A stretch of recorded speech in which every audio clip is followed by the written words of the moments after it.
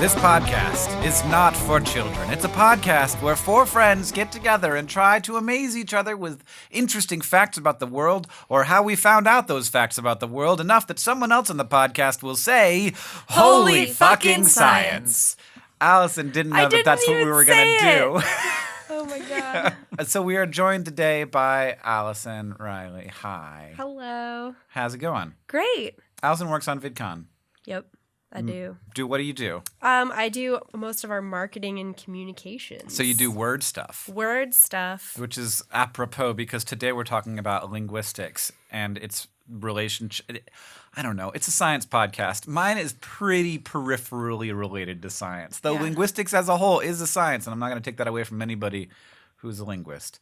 We're also joined by Ceri Riley. Hello. Hello. I'm on the Riley couch. Oh, yeah, look at that. I didn't even make that connection. Yep. Well, we're long lost cousins, You according to words. According to words. Yeah. You also do words. I also do words. I didn't realize this is the theme of the people who are on this It was podcast. not intentional, but we all do words. Okay. Yeah. I do science words for SciShow. Thank you. And sometimes film words for Crash Course. And we also are joined by our head of community and communications, Victoria Bongiorno. Hello. Who does words? Yes. And I'm Hank. I also do words sometimes these days. I used to do words more. You say a lot of words. You just wrote a lot of words, didn't you? Did I? I did. Do you mean my book? Yeah. Yeah. It's a lot. Though probably not as many words as Ceri has written for SciShow, honestly. I don't know. I want to calculate now. Yeah. I bet you've written several books worth of SciShow. Probably.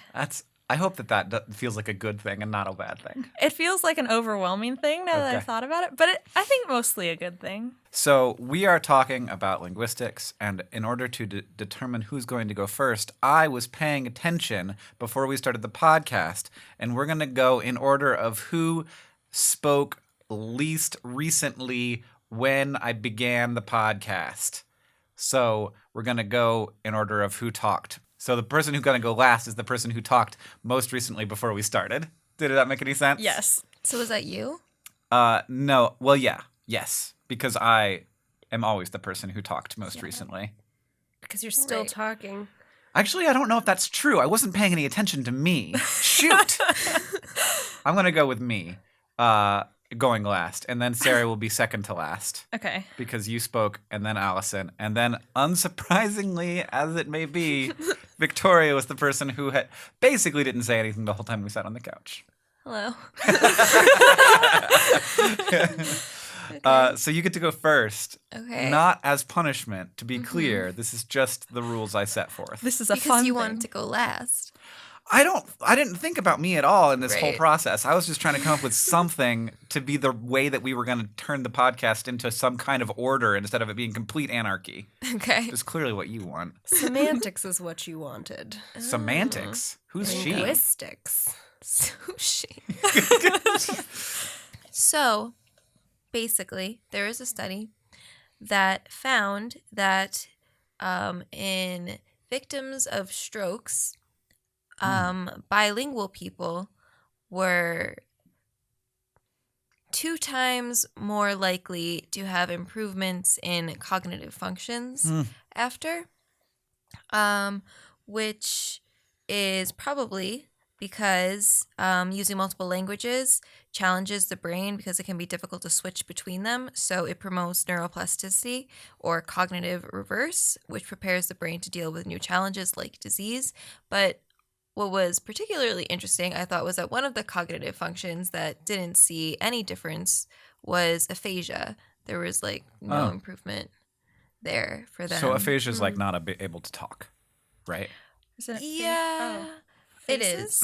Oh, just talking. Never mind. It's not it, but they're to varying degrees. Right. It's not necessarily unable to talk. It's more unable to connect your thoughts to your speech, and you can say some things frequently. It's different for everyone, but sometimes you can just you have a few words here and there. You can be I, whatever. But sometimes you have complete. You can't speak anymore.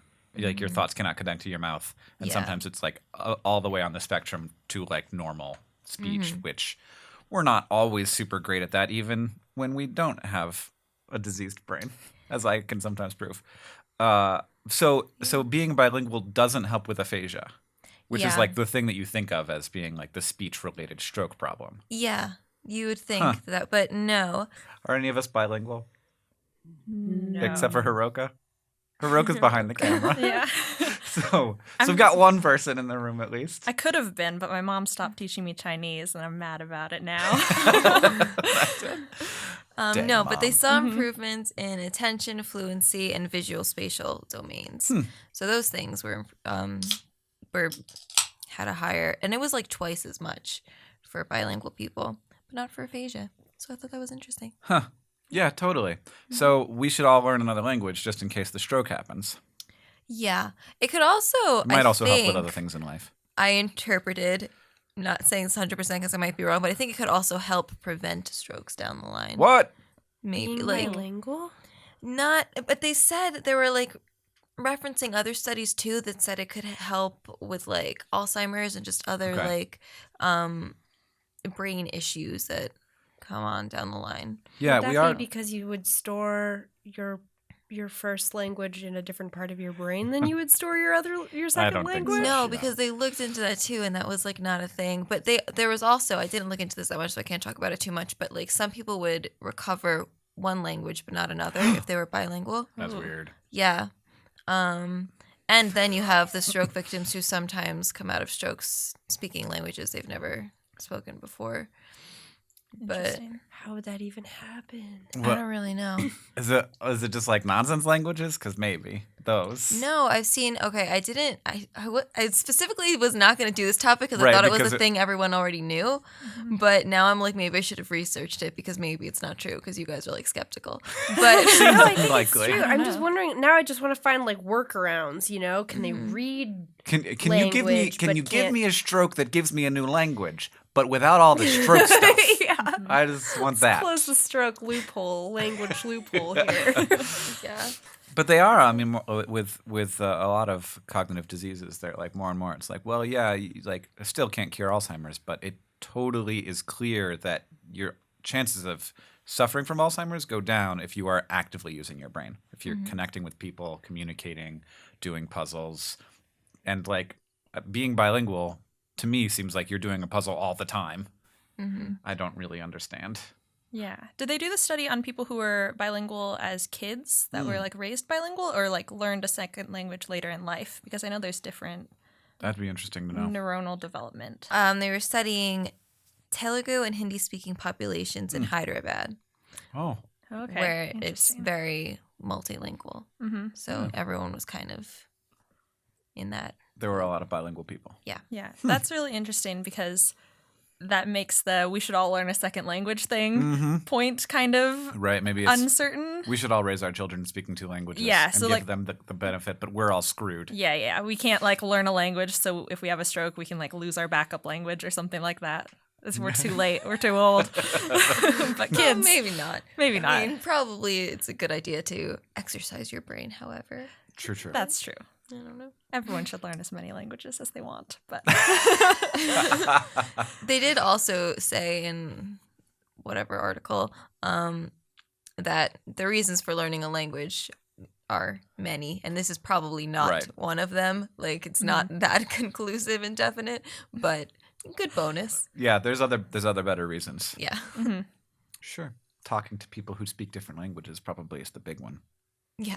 I'm still just trying to find the loophole. Like, You just I want to you're- teach me kung fu in the can you read Matrix. subtitle? Like now, I'm like, can people with aphasia watch movies in a different language with subtitles? I don't know. No. Probably not. No. Well, I mean, I have one anecdotal experience, so I can't like tell you for everything. But like in general, your whole language cognition is just like kind of not doing the thing. Like generally, you can't write. It takes Right. a long time to relearn how to write, and reading is not easy. It'll take you a long time to. But I mean, I'm sure different cases are different. I can't Yeah. speak to everything. Yeah. Allison, are you next? Yeah. Is that what I said? Sure. So I also have a lengthy notes doc going on my computer here. But basically, linguistics, words, what I want to talk about is metaphor. But not just metaphor, sensory metaphors. And not just sensory metaphors, cross-sensory metaphors. Cross-sensory metaphors. So, here we go, guys. Okay. On I this don't know roller what that coaster. is. I'm trying to come up get- with what a cross-sensory metaphor Just is. let's all Synesthesia? we'll all get into this together. No. Synesthesia has a big part to play, Oh. but I felt My like hand is as cold as blue. as blue. Yeah, so my hand's as cold as blue. Blue is cold. Yeah, blue is cold. But I didn't want to get into like the synesthesia-y part of synesthesia so much because I felt like that was too science, not enough words. Sure. So I'm just going with Sensory metaphors, metaphor. but we'll talk about synesthesia kind of. Basically, we use sensory metaphors all the time. Sizzling hot deals, huge savings. So like tactile, sensory descriptions of man. things Yeah. to, we I describe can't handle this stuff. deal. It's too hot. Too Too hot hot. to handle. Yeah, and then we use cross-sensory deals. I mean, we're making deals here, but cross-sensory metaphors, like, so say, if we're going to say like a sizzling hot deal, we all understand what that is. A cross-sensory metaphor would be you'd use a taste to describe, you'd use like a visual cue to describe a taste. So like bright coffee or, Yep. that kind of thing. And we do it in like poems all the time. The violin made a sour sound. The bitter taste her beauty had. We say colors are warm, colors are cool. Colors can be loud, colors can be soft. Something could have a sharp smell or a sharp taste. You'd say cheddar cheese is sharp. And I know this. And like I agree that it is, but try to get me to explain why. Yeah, so like, but if you take a piece, so say we're all talking about this to children, and you tell a kid, "Hey, kid, look out! That cheddar cheese is really sharp." Like what? Why do we say that? So why are we using these cross-sensory metaphors, and why do we all also understand them? Right. But I don't always. Like people are like, that wine is dry, which Right. means not sweet, and I'm like. You just made that one up. Because, first of all, that wine is like mostly water. So Well, it's yeah. definitely wet. I've had this whole conversation with the internet. We've all figured out water is. We I all bel- did not figure this I out. think that Hank. it's settled. Water is dry. You and- settled on that. Water is dry. Water is dry. Because it's not sweet. No. We're gonna apply wine logic to everything else. Yeah. and- Wine. It would be very difficult to describe wine as being dry unless you had the sort of wine tasty knowledge. That was my It took me first a long thought. time to figure out when people were saying dry that they just meant this wine tastes less like Sprite than other wines, which means basically don't get that one. Yeah, the whole wine descriptions thing. I don't know. We could do a whole thing on that. that's Don't not get my the wine feature. that doesn't taste like Sprite. Get the is what Sprite you one. just said. Get the Yeah, Sprite one. Get the one okay. that's more like Sprite. But I don't want the Sprite one. I want the one that's not sweet, but that also isn't like, like that. Was that a sensory metaphor? For all of those of you who are just listening and not watching, I'm just making weird facial expressions and clicking my tongue. But yeah, I guess that's dry, right? I don't know. All I know is that I'd rather just have Mike's Hard Lemonade. Yes. No, guys, it's too Or sweet. Smirnoff Ice. It's too sweet. Oh god, I can't. But where I'm going with this is that we all like understand what we're talking about, even when it doesn't make sense. I could come up with like some more examples sure. of this, but I don't. It's super weird. Like really I hadn't feel like even I I hadn't really need thought to. about it until you said like the violin made a sour noise. Like obvious I know what that means, but also not how sour works. And also when you're Right. talking about her bitter beauty, I was like, fuck, yeah, shit. You know? I've been there. Yeah. I don't Just understand that. Every time one. you look like that's what people say about me all the time. Bitter beauty, Yeah, they can't handle it. Hank Green. Yeah, 'cause a bitter beauty. Yeah. You Yeah. taste it and then it's too much. Oy. Wow. Just Control Z on that one. All right. New Twitter bio. Yeah. So basically, we create all of these metaphors. So we use touch and taste and sound and all of the stuff to describe things that are not taste or touch or sound. And we can all understand it somehow. Like we've got a loud sound or a sharp pain, right? Like you, and I'm trying to get at like why. So you experience a loud sound, you experience a sharp pain, you experience something that tastes good, and you smell something that smells nice. Like our brain is organizing similar emotions. It's like assigning similar emotions to similar sensory experiences, even if the sensory experiences are totally different. And this guy who is a neurologist who studies synesthesia, V.S. Ramachandran, he has a really good example of this. So he has two shapes, and I'm going to now describe the shapes for you guys and for everyone listening. And you're going to tell me which shape is which thing. So we've got in front of us a bulbous amoeboid shape with lots of undulating curves. Okay. And right next to it, we have a jagged shape that's sort of like a piece of shattered glass with lots of acute angles. Which of these shapes is Kiki and which one is Booba? So, Yeah. undulating shape Is is Booba. Booba, Yeah. right? Kiki's the And sharp Kiki's one, the sharp one. And And I want to watch this cartoon show. Yeah, and I do too. Buddy And cop so- movie. the buddy cop with like the shard of glass and the undulating curve blob. Yeah. Yeah. That's good. And then there's like other instances of this where like an example that I found was like certain female names, which like I've got all sorts of problems with this, but basically the argument is names like Belle, Ariel, Jasmine, Vanessa, Felicia are like more pretty and alluring than names like Gretchen, Martha, Ingrid.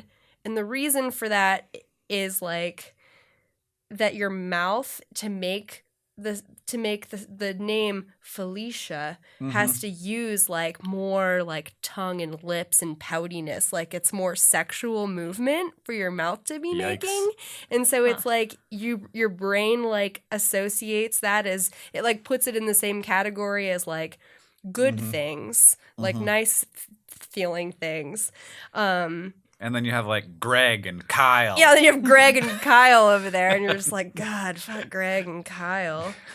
That are like some- angular, sharp, man-shaped words. Yeah. Yeah, but some sounds are known to be more like aesthetically pleasing. Right. they There's should the be. what is Like, that thing? yeah. It was like Cellar The door. cellar door. cellar door. Yeah. And then I forget what the worst one was. Wasn't it like Oh yeah, I don't know. there's I a know bad one. elbow is actually another one that people, People like. really like. Yeah. people really Elbow. hate moist? People Yeah. hate moist. I don't think that it's necessarily the like we sound. did a whole SciShow on moist. Yeah. Yeah. You did? Yeah, like Yep. people why people don't like the word moist. And Yeah. it was like people who like are grossed out by like bodily function stuff are the people who don't like moist. More the Okay, so they're connotation. yeah, it's the connotation of the Rather word, than not the like word. the Yeah. way the word is. Because I think the word moist is lovely. It's nice to have The in your only- mouth. Yeah. Moist. Moist. It's Wouldn't you rather have a moist wine? I do. Is that the one that tastes more like Sprite? I don't know. It can be. I Yeah. feel like all wine words are made up, so Yeah. you can just make up. I a new should one. totally like next time I'm getting wine. They're like, so what are you looking for? I'm like, I like a moist white. Yeah, I'm looking for a moist white. Your moistest, most sprightest. What's your moistest white? What's your most moist white? Good. Yeah. So, and then I was trying to figure out like why does all that happen? You know, why do we know which one is Kiki and which one's Booba, or like why do some words sound good and bad? And basically the idea, and again it was Ramachandran's idea, was that your lips are physically mimicking the visual appearance of an object. So, like, if something is small, most of the words that mean small are small in your mouth, like teeny weeny and diminutive and, you know, Yeah. that kind of thing. And puh. Whereas if you're bilingual, I guess. And then French? and then you Okay. might have like enormous or giant or large, and those are like big words in Yeah, your you mouth. can't like say giant and teeny weeny the same way. Yeah, and Teeny then weeny's a great word I need to use more. yeah, and then as far as It'll like be in why all that your stuff scripts. is, Can I be a teeny weeny giant? I Because don't I'm know. like sort of normal sized. You might be a Yeah. teeny weeny giant. But then what would be the thing that makes you a giant? Just like a recessive gene or something? Well, you just it's just a genetic thing. It's just like my parents were giants. And you're come just from a a- family of giants. But you're an exceptionally small one. I'm just very small. Yeah. Teeny weeny giant. Hank the teeny weeny giant. Or you're a giant teeny weeny, whatever those are. If that is a new You're organism. a real big teeny Yeah. weeny. Oh my I god, love yeah, you're both things at the same time. Mm-hmm. So that'd be interesting. As if long there as I'm weren't- not a normal. Yeah, if normal was just described as like Yeah. in scale. Yeah, not and the scale. average of two extremes. Yeah, and that was how you described things. Yeah, so I'm a always? happy sad right now. I'm just Yeah. like average. Eh. Yeah. I'm usually happy sad. Mm-hmm. Usually right in the middle. Just whatever. Mm-hmm. Yeah, That's where I want to be. yeah. Too old for strong emotions. I know. I feel never like thought I- that the strong emotions would become so muted. Oh. I developed really apathy do. early on. I think I grew up that way or something. I like it. That's cool. That's interesting. And also Yeah. it gave me a chance to make fun of wine. Yeah, and there's like, I don't know, apparently there's like apparently here's a small aside too, is like so that's like your mouth maps sounds, but then like your hands, like if you're cutting with scissors, your jaws will clench and unclench with the scissors and stuff like that. And they think that all of this like cross-modal, cross-sensory stuff was just so that it'd be easier for us to communicate with each other, like Mm-hmm. something's happening really quickly and just response time Right. Yeah. decreases. Yeah, I mean, and like, there's a certain amount of we want to use the shortcuts we can use because there's a lot to learn when it comes to language, and yeah. that's why like I feel like I had not thought of this, but like scissors sounds like scissors. Like Right. it's sort of it's like onomatopoetic a little bit. I don't know if that's the case. Do they scissors? Do scissors Yeah, what's the sizz? etymology of scissors? Why do they do it? Ceri. Yeah, I don't know any of the etymology of any non-science words. I was- Science words I can guess at. But... Ceri, I said Ceri. Yeah. Oh. Enough people have called me Ceri. Just like answering questions because sometimes I know things. So do you have a thing? Do you have a thing for us? No, I didn't come prepared at all. I just like I showed can go up to if you hang want to. out. If you want to No, prep. I'm ready. Cadere is the Latin for cut, which kind of sounds like cut, and that went to the late Latin cis, which became cissorium, a cutting instrument, and then cissoria. And then Old French cissories or whatever, I don't know. That's like incisors, right? Probably cutting. Cutting. Yeah, Cool. scissors. Scissors. Sorry. Oh. It's the etymology episode. What do you got? I want to go. I feel bad about going last because mine's so bad, but go. Oh, mine's all right. I don't know. Was one of the 3 movies you watched last year The Arrival? I did watch Arrival. Okay. I think it's just called Arrival. Maybe it's just called Arrival. I don't know. Was that last year? Yeah, Oh, I think well, so. I lied about having only watched 3 movies. Then. Wow. It's about a linguist, basically, and aliens land on Earth. It's a sci-fi movie, and humans can't communicate with them. And it's basically the story of her trying to decipher what this alien language is. There's a spoken one, but there's also a written one. They're called logograms, and they look basically like circles with different offshoots on them. And this movie was, I don't know, it was interesting how much it involved linguistics in dissecting this language. And it's actually, the science in the movie is based on a linguistic hypothesis, but just taken to its extreme, which I thought was really interesting. And so there was a lot of discussion of actual linguists who had watched the movie and were like, how realistic is this? Where did these concepts come from? Which is pretty unusual because that happens a lot with science fiction where scientists will be like, well, can you really build a Dyson sphere? But with linguistics, Those people don't get that kind of glory.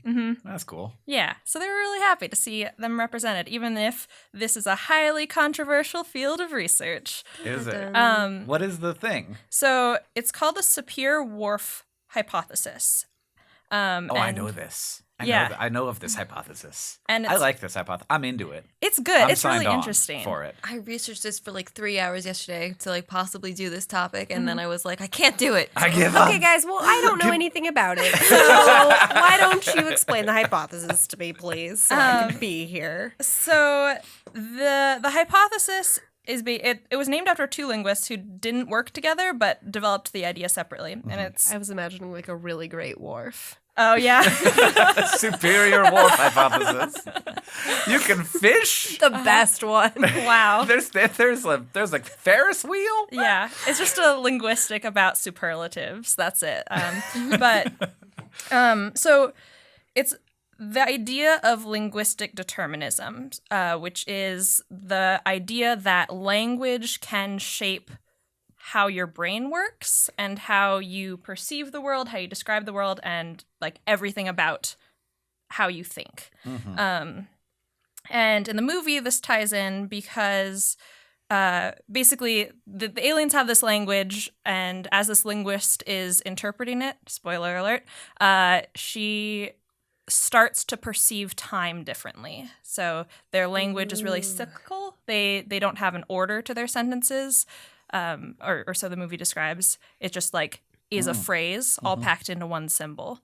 And as she begins to understand this, she can see the future and see the past of her own life all at once, basically. So the idea is that she learned the alien language and now perceives time in a way that humans could never perceive time. Because of the construct of our human languages. Yeah. Right. Yeah, but understanding this alien language, her brain can now perceive reality in a different way because it understands another language.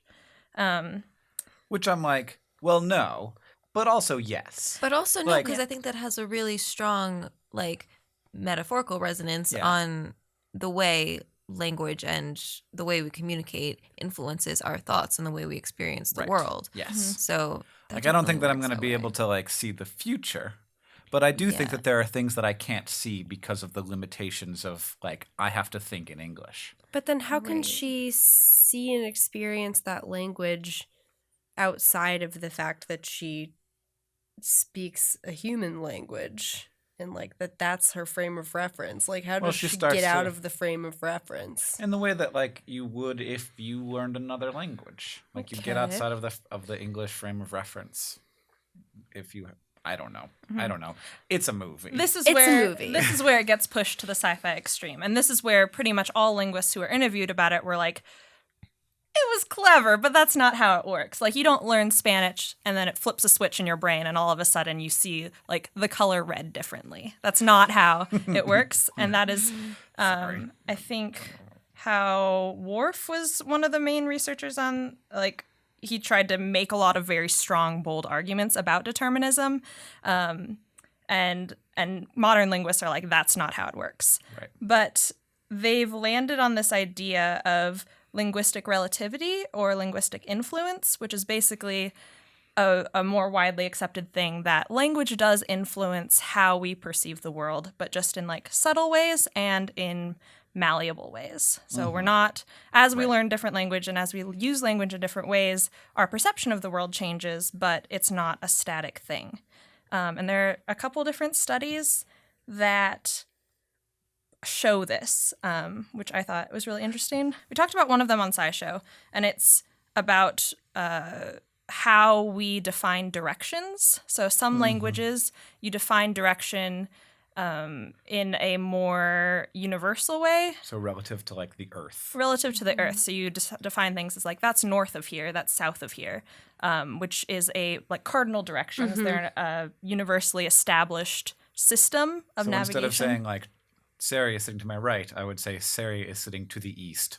And Yeah. but like I would have to know, which of course I do not. I believe you Right. are sitting to the north of me right now. I don't know.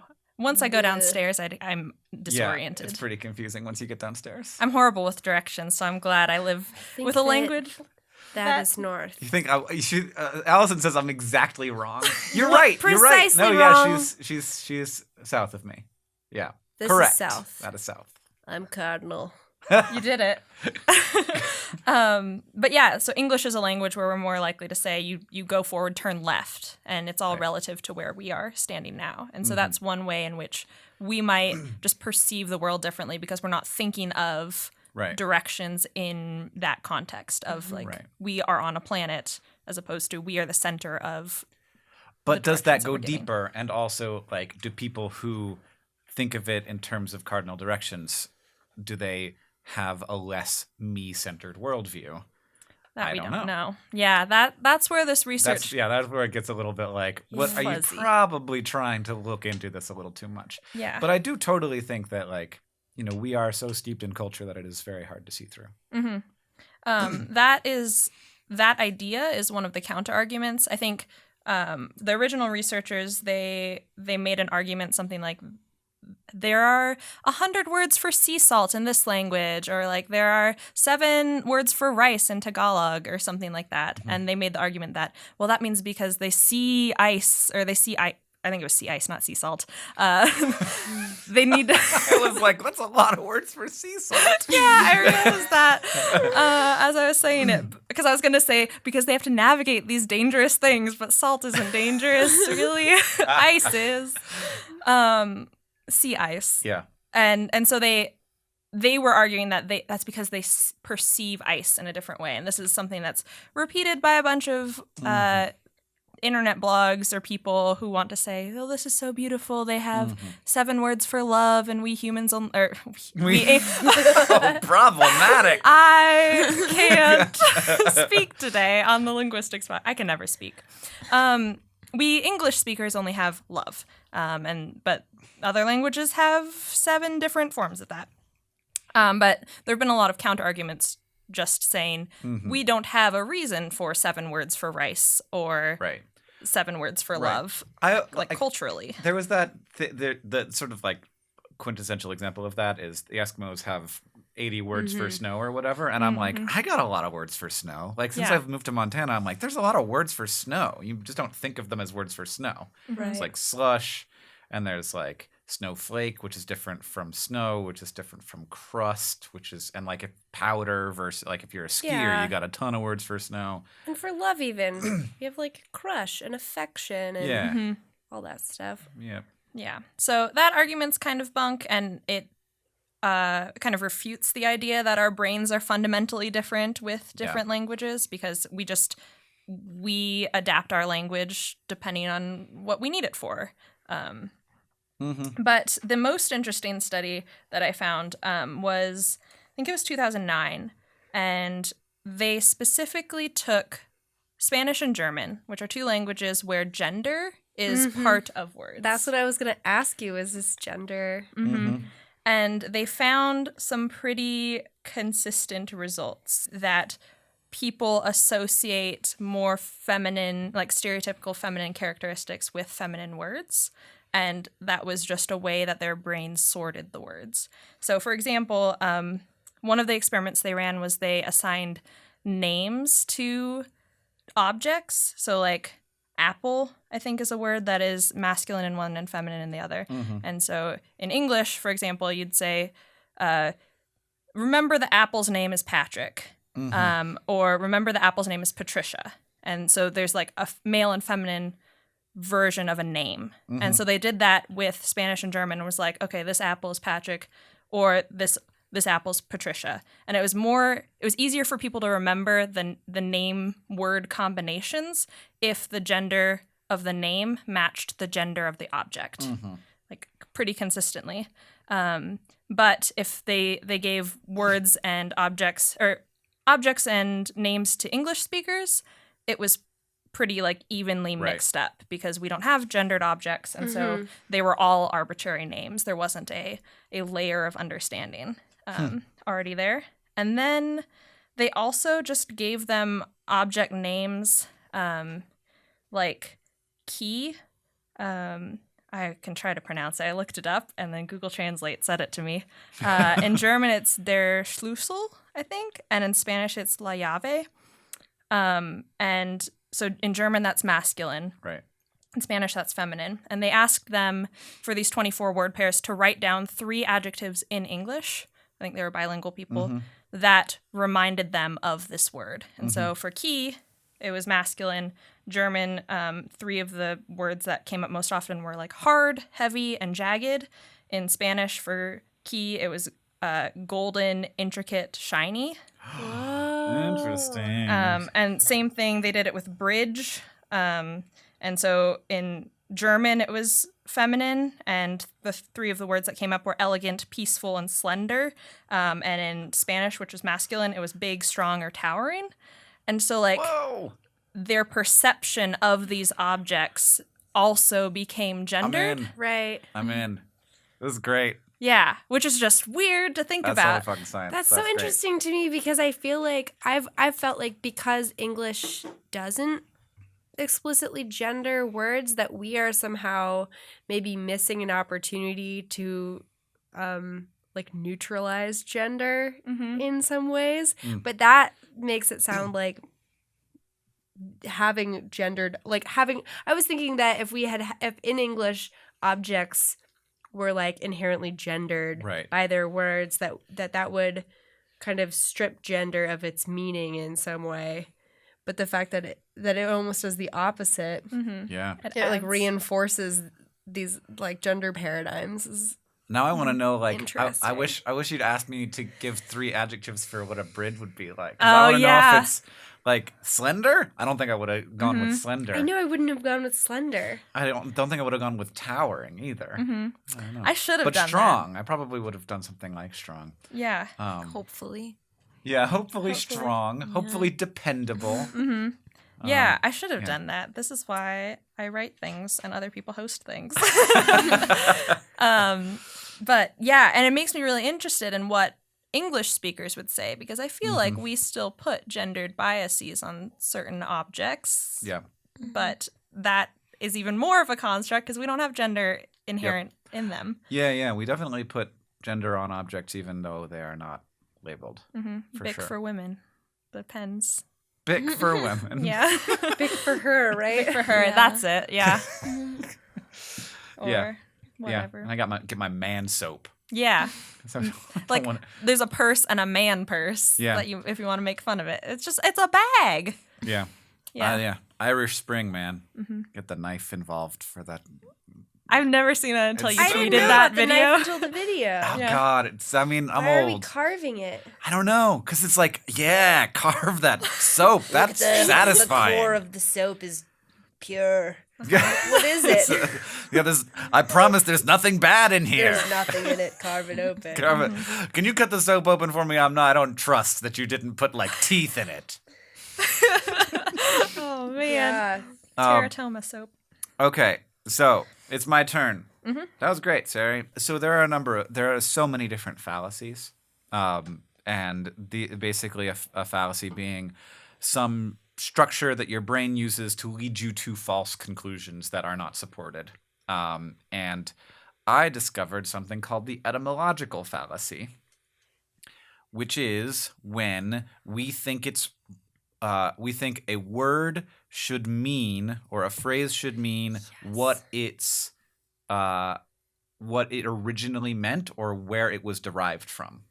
So the most common example of this is, I don't know, 10 years ago or something, people all found out simultaneously through an internet article that the word decimate came from a old policy of either tithing, where you would go to a place and you'd be like, we're gonna we have conquered you, now you have to give us 10% of your stuff, or we have conquered you, now we are going to kill 10% of your people. And that was like a way of subjugating a people. We would decimate you, and that starts with DEC, which is like the prefix for 10, and so decimation would be taking 10% of something away, and then the word decimate in our language means to destroy. It doesn't mean to doesn't mean to destroy 10% of something. It means to destroy. And everybody then said, no, decimate doesn't mean to destroy. It means to destroy 10% of something. But no, it means to destroy, because that's what it means in our language. It doesn't matter what it meant in the beginning. And two very cool examples of words that people argue about, who are letting the etymological fallacy take over them, are the word climb and the word grow. So, what does the word climb mean? To ascend. Mm-hmm. Yeah. But you can climb down. Oh. Because the word climb does not any longer mean it. That's one of the definitions, is certainly to, like, if I say to climb, you would think that I was climbing up. But climbing also means just navigating something while not standing on it.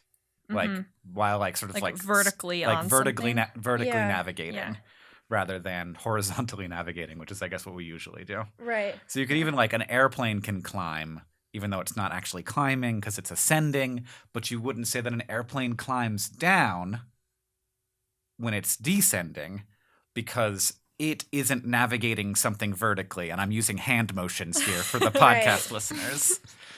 And why is grow weird? And people argue that you can't use grow in a certain circumstance, because what does grow mean? Like become bigger. Yes. But you can grow smaller. But you can grow smaller.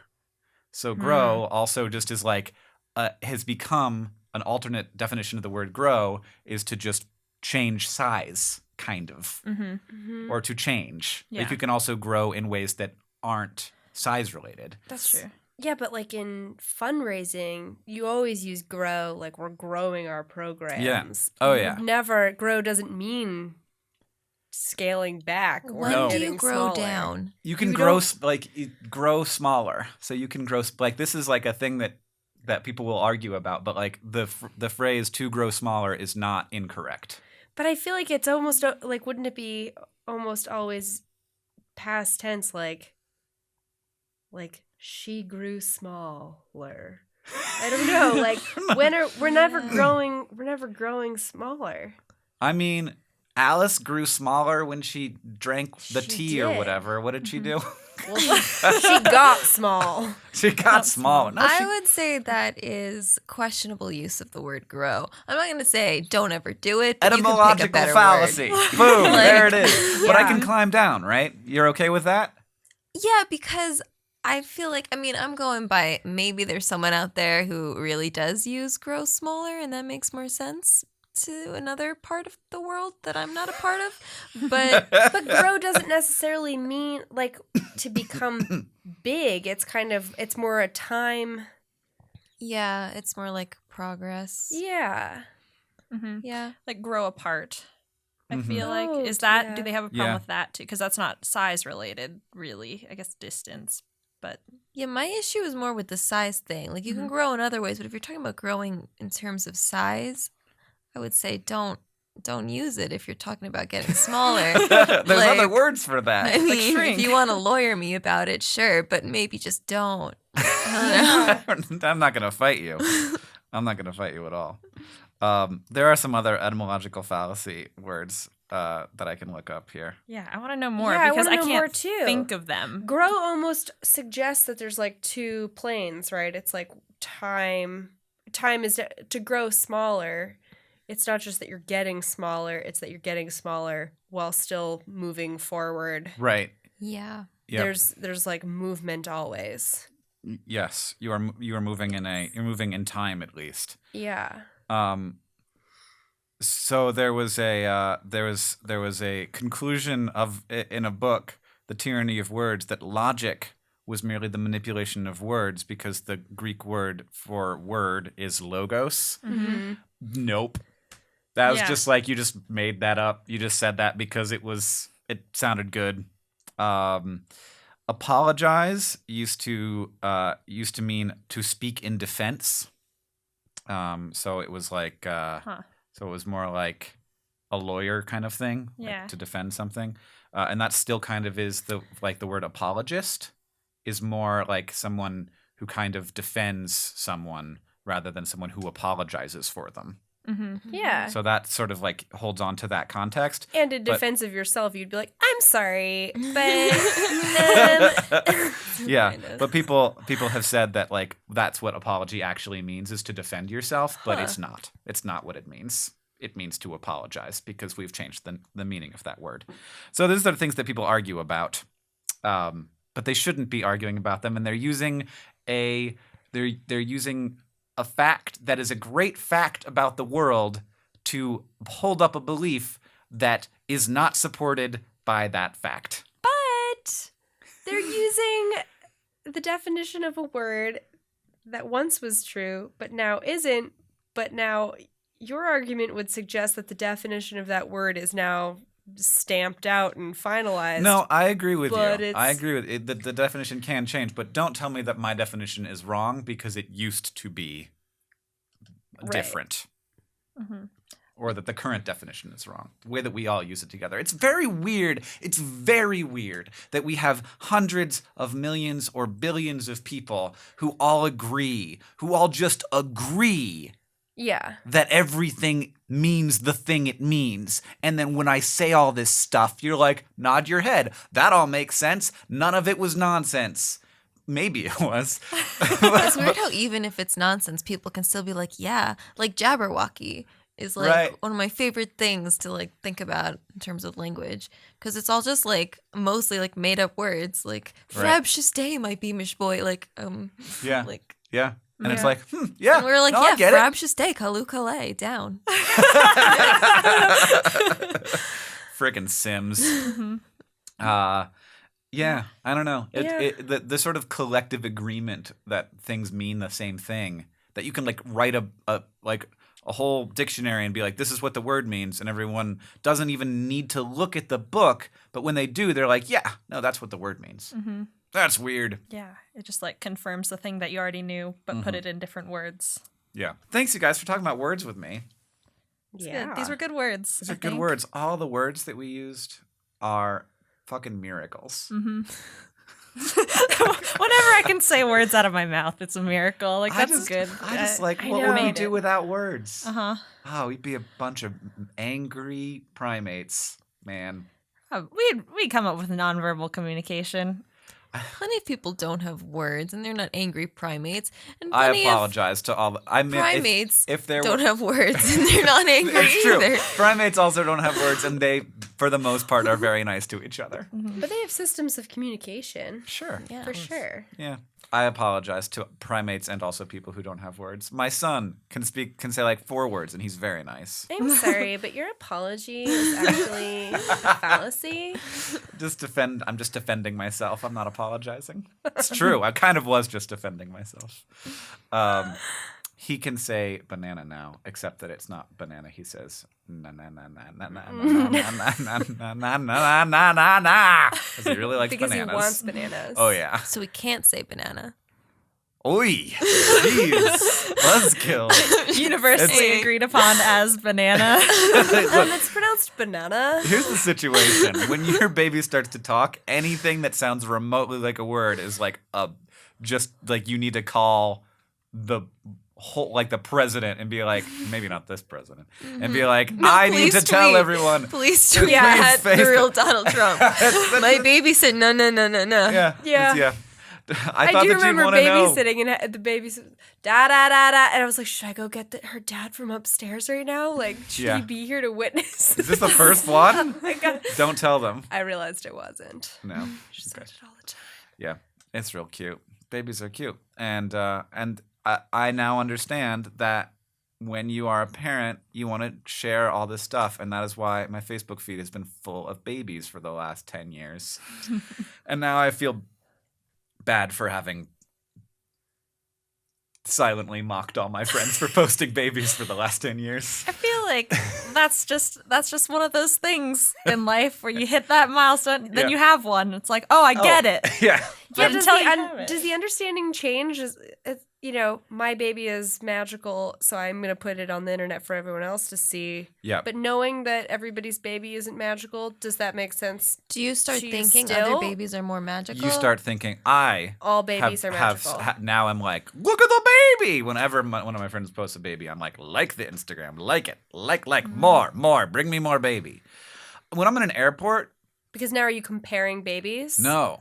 Just Okay. like general Just- baby. just Like when general I'm in an baby airport all and the I'm like, time. I'm gonna lay over, I go and I get like a sandwich, and then I'm like, I wonder if there's any babies around. And you start looking for babies? I like in go an look airport. at go look at strange babies. I want to see now, same linguistic study, like your idea, 3 words to describe baby 10 years ago, 3 words to describe baby now, and just do that, like check in with myself every couple of years. What do I think? Yeah. I'll probably get over him once Oren's not so baby shaped. But at the moment, I'm just like, oh, God. Cheeks. There's so many cheeks. That would be interesting if you got over it as Oren got older. Yeah. Like, would you start like... Now I'm like in the airport looking for 4-year-olds. Eventually, it definitely gets less in the airport looking appropriate. for like 12-year-olds. Yeah, it's like in the airport looking for strange 12-year-olds. Definitely. Or it's 18. Definitely gonna. Probably not gonna continue. Talk to somebody. I bet about we'll go that. back to babies. I feel like that would be weird. Like going up to someone complimenting their baby, very normal thing. Complimenting your 12-year-old child, it's super not Great not child. normal, not good. What a lovely collection of children you have. Oh my. Yeah, don't do that. No. But and like when like right now when people come up, like people will, like, we're eating food at a restaurant, people will, like, touch my baby. Right. That's the part I'm like, that scares yeah, me. no, I get it. I also think he's adorable. I also want to stare at him in the face and Zerbert his cheeks. But yeah, like old men especially are like rubbing his head. We'll just walk by, rub his head, and keep walking, and I'm like, that's not your bit. Like, I don't know who you are. You just That's rubbing terrible. my head. Oh man, Yeah. that's like weird. I don't that. like Super that. weird. Awful, yeah. Yeah, I don't want that. I don't know. And then Oren's like, hey, waves to him. Like, thanks for the head rub. Yeah, I don't know, man. Babies are weird. Yeah. Anyway, thank you for potting with me, you guys. This episode was filmed and sound recorded by Hiroka. Thank you. I don't know who's going to edit it, but thank you so much to that person. During this whole process, I was Hank Green. I was Alison Riley. I am Ceri Riley. I'm Victoria Bongiorno. And this has been Holy fucking science.